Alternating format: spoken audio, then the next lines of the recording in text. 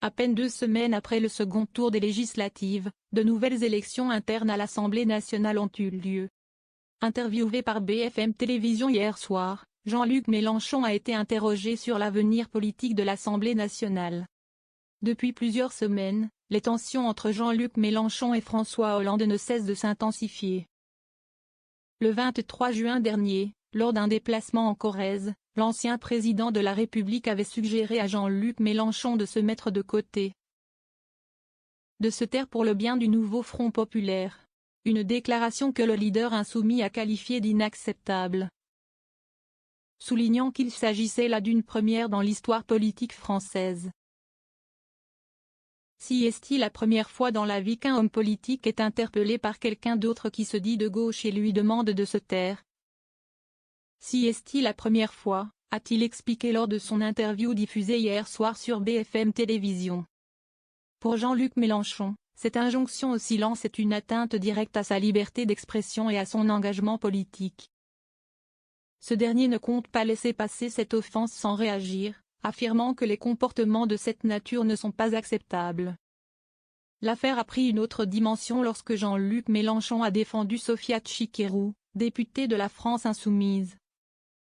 Critiquée pour avoir comparé le hollandisme à des punaises de lit, Mélenchon a expliqué que cette comparaison était avant tout une plaisanterie, mais qu'elle révélait également une critique concrète du retour du hollandisme sur la scène politique. Si est une expression, une plaisanterie, vous avez le droit de ne pas l'accepter, a-t-il déclaré. Pour Jean-Luc Mélenchon, les propos de Sophia Chikirou sont certes provocateurs, mais ils soulignent une vérité dérangeante sur l'influence persistante de François Hollande. Plutôt que de s'excuser pour cette comparaison, le leader insoumis a préféré s'en prendre directement à l'ancien président, renforçant ainsi la ligne de fracture entre les deux camps politiques. Elle parle de quelque chose de très concret, le retour du hollandisme, qui à BFM ne devrait pas vous surprendre puisque vous lui avez immédiatement donné la parole. A ainsi continué le leader de la France insoumise, et ses premières paroles, une fois revenu dans la vie publique, ont été pour dire que je devais me taire. Cela est insupportable. L'épisode ne s'arrête pas là. Jean-Luc Mélenchon a également rappelé des propos polémiques tenus par Estelle Picard, membre du Conseil national du Parti socialiste. Celle-ci avait qualifié la circonscription du député LFI Aurélien Taché de réserve d'Indiens. Des propos qu'elle a depuis supprimés.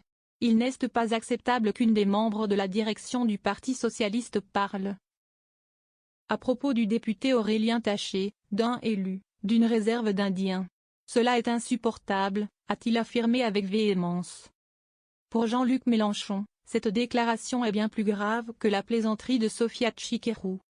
Il y voit une preuve supplémentaire du double standard qui prévaut dans le traitement médiatique et politique de son mouvement.